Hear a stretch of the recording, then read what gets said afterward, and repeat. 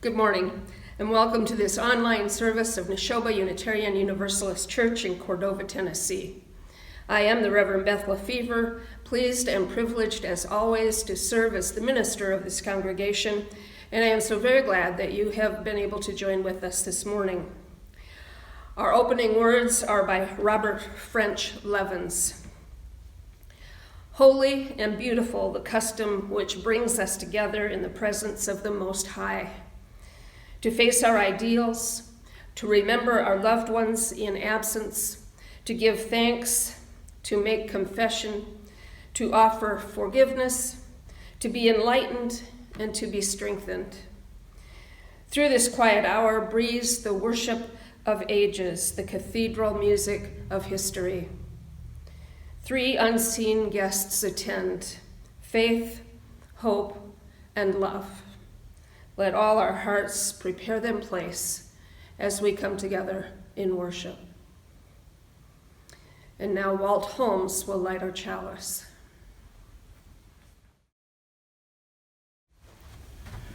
We light the flame of our chalice in the spirit of faith, hope, love, light, and comfort.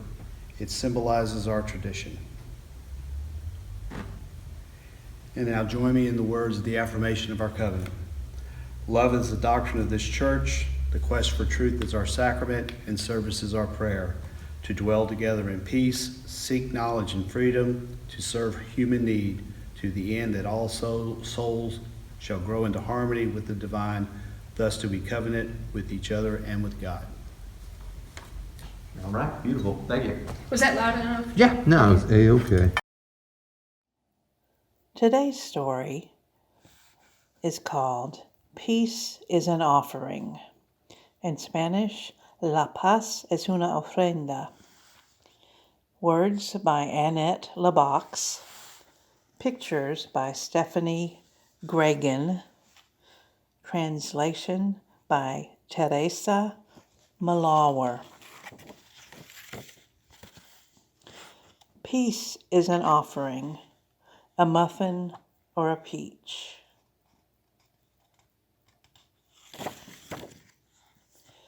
A birthday invitation. A trip to the beach.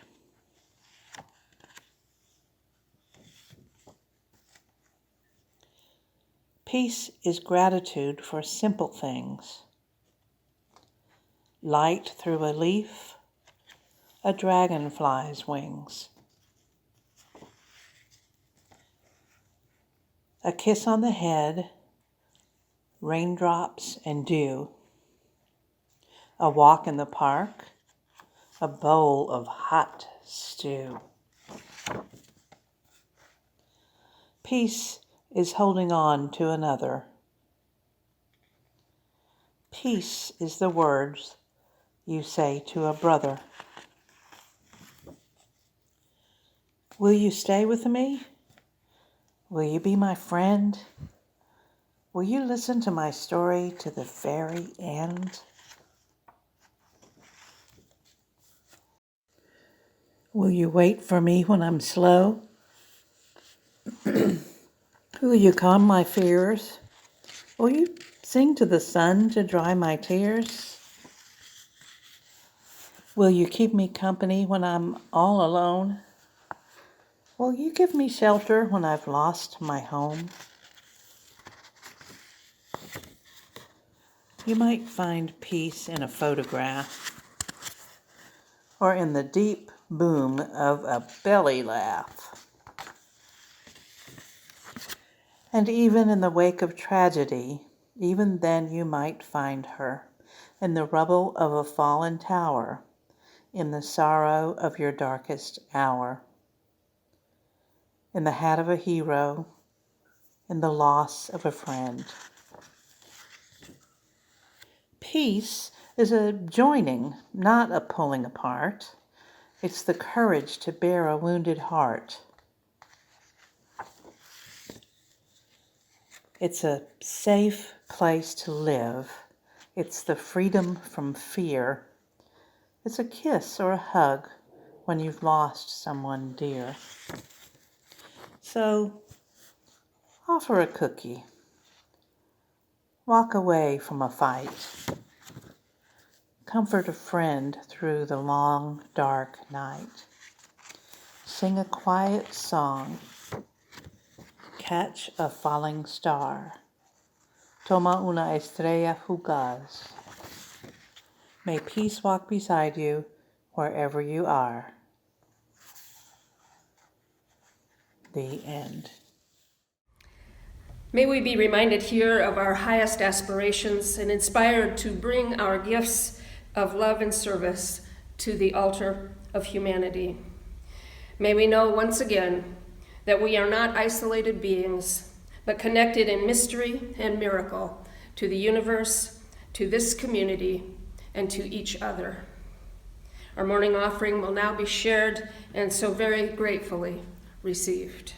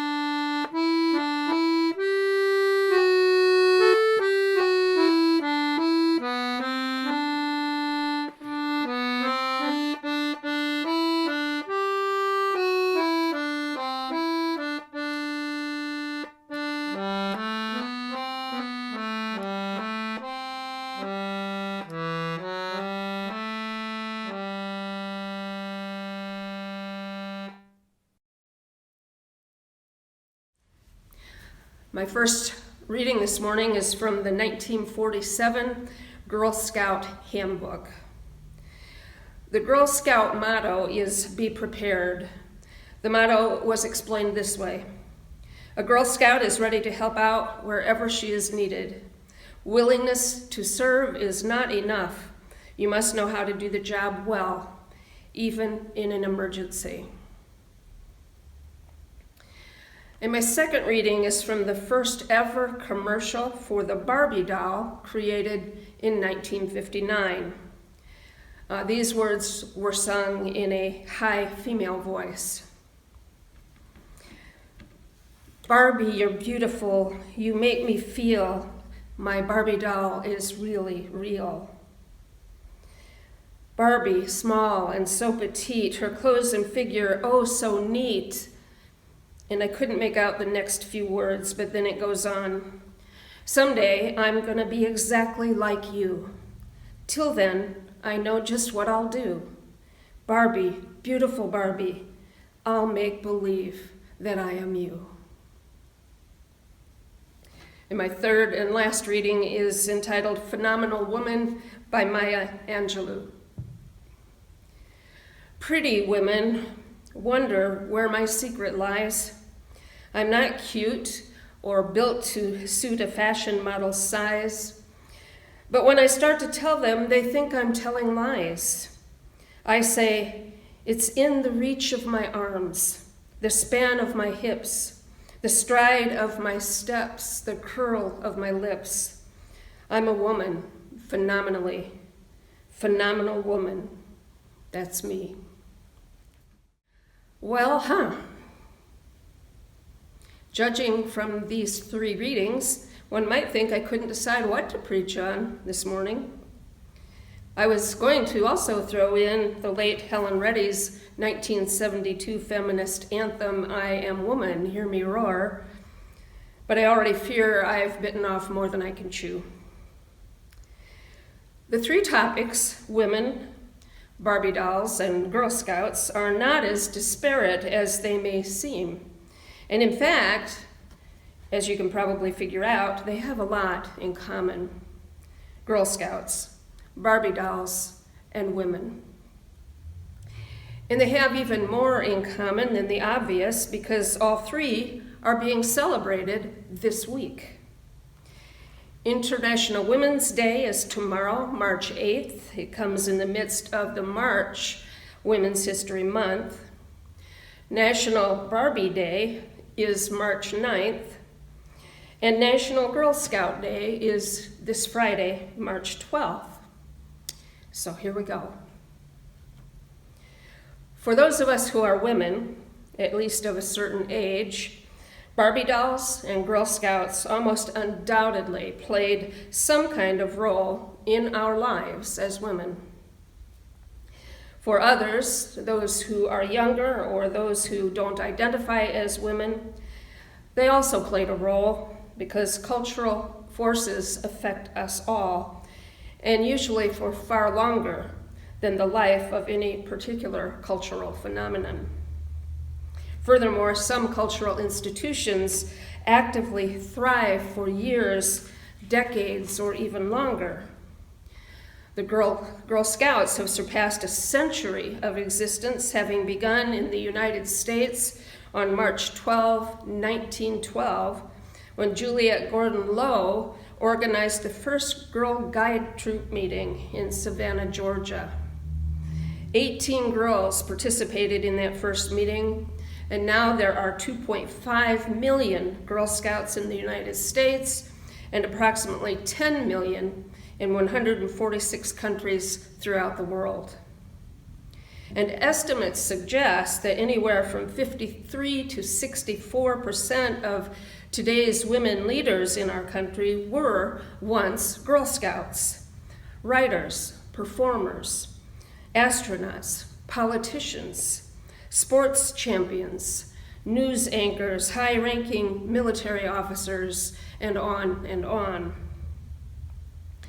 Many of us were raised by mothers or grandmothers who were once Girl Scouts. Many of us were Girl Scouts, and many of our daughters are Girl Scouts, growing up with the examples of leadership, strength, and confidence that have and will serve us all for a long, long time to come. Personally, I'm not aware of any of my female relatives having ever been in the Girl Scouts. I didn't have a lot of female relatives, and I'm sad about both not having female relatives and there not being Girl Scouts. I also was not in the Girl Scouts because there apparently weren't any flourishing troops in our school or neighborhood when I was growing up. I was, however, a brownie, by golly, and so I got some of the benefits of early age scouting. And though I was more a six-shooter gun and holster, a Betsy Wetsy doll and stuffed toys kind of child, I did, at one point, have a Barbie doll. Or rather, a Barbie doll knockoff, a cheaper look-alike kind of thing. I was never really into the whole Barbie doll venture, and I'm glad about that, as well as apparently fortunate. As the commercial for Barbie dolls that I used as our second reading indicates, Barbie dolls were created very specifically as models for what little girls should aspire to. Oh my gosh. And what's surprising about that to me is that they were invented by Ruth Handler, a wife and mother, inventor, and a co-founder of Mattel Toys. It's hard to imagine just what she was thinking, but I surely wish she'd been thinking of something else. Because even though I wasn't very interested in my own Barbie doll look-alike, I was influenced by the little girls in my school, in my class, in my neighborhood, and in the culture. mostly girls who did aspire to the Barbie doll role model. I didn't want to be like the Barbie doll, but I wanted to be like everyone else. I wanted to fit in, as is fairly typical of children. I wanted to be popular. So yes, Barbie influenced my life in some ways, likely mostly not for the good, with her airheaded aura and impossible body type and size. As writer Letty Diane Rich wrote, if Barbie was a real woman with those proportions, she'd have to carry her kidneys in her purse. Her manufacturers have grown with the times, however, but oh, so much more slowly than the times themselves. Still, now there is a diverse line of Barbie dolls, including those of different skin colors, different hair types, different and at least somewhat more realistic body shapes, some with prosthetic limbs, and even some gender-neutral models.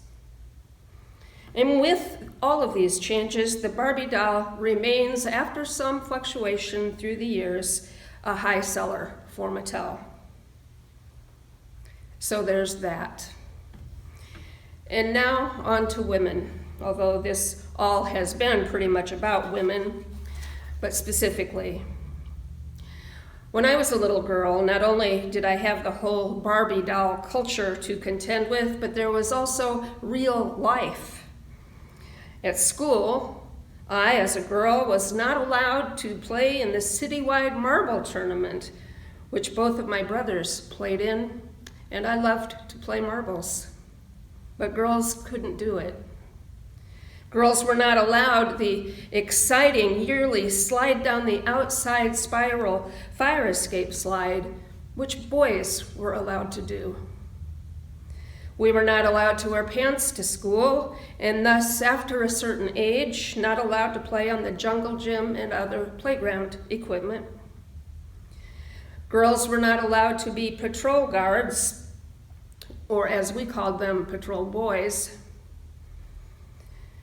When I was growing up, there were very defined roles for women and men. In my household, women largely did the child rearing, unless punishment was deemed necessary. At Thanksgiving, women prepared the family feast and cleaned up afterwards, while men sat in the other room, puffing on their pipes and talking about grave matters.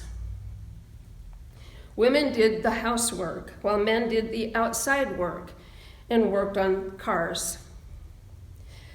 While my brothers got to, and I mean got to, mow the lawn, paint the fence, and shovel the sidewalk, those were occasional tasks. I, as the only daughter, had to wash the dishes nightly, dust, vacuum, clean the bathroom regularly. And I had to iron the weekly wash. That's what we used to do, we ironed.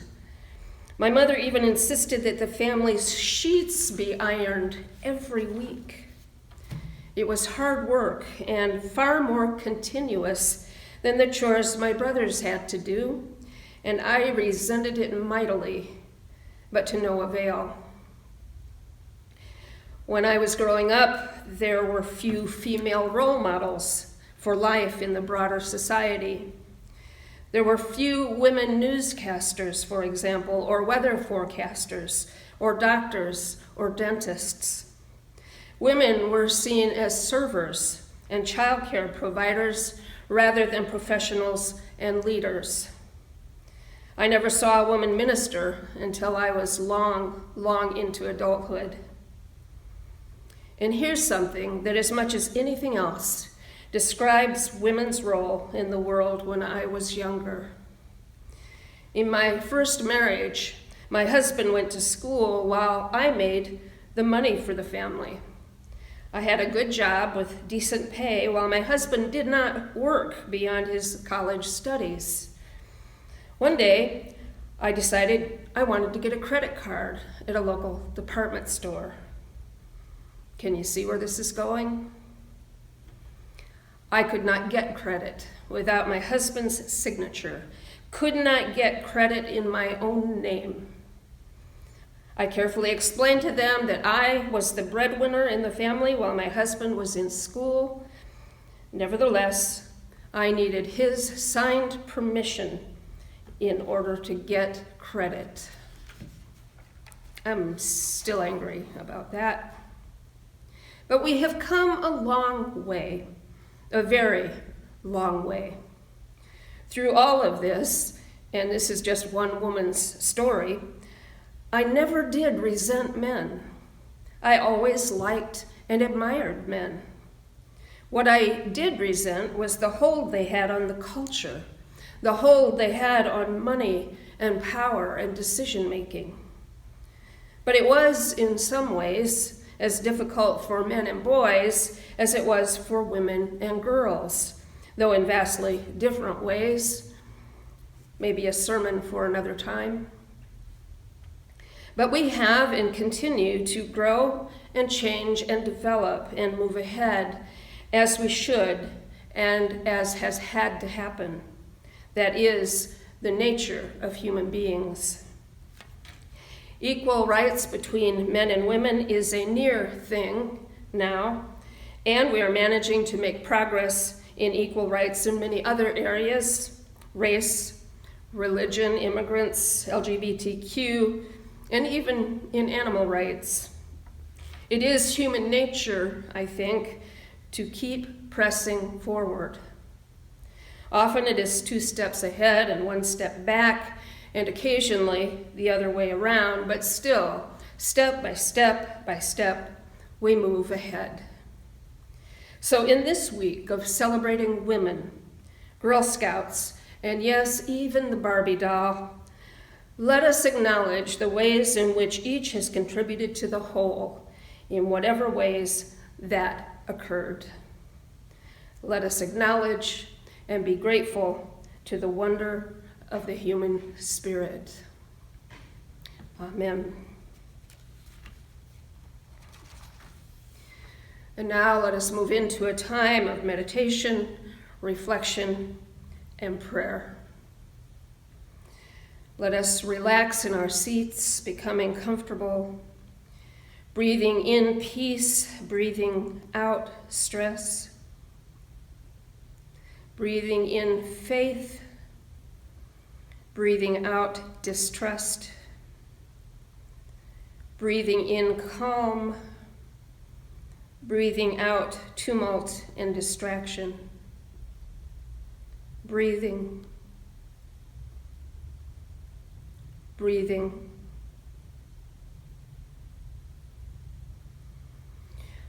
Author Jeffa Weil wrote, "You weren't put on this earth to please others and simply fit in.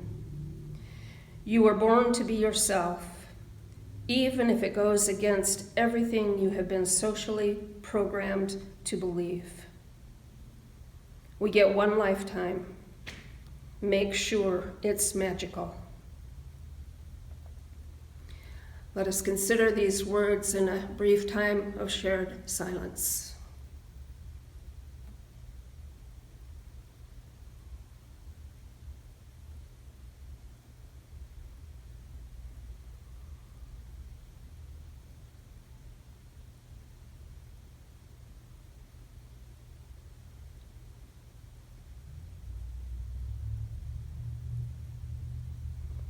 Amen.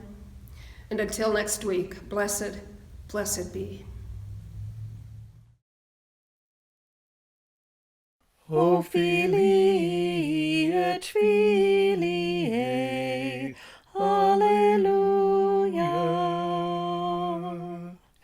O ye who taste that love is sweet, set waymarks for the doubtful feet that stumble on in search of it. Alleluia. Sing hymns of love that some who hear far off in pain may lend rise up and wander and draw near. Alleluia. Lead lives of love that others who behold your lives may kindle too with love and cast their lot with you.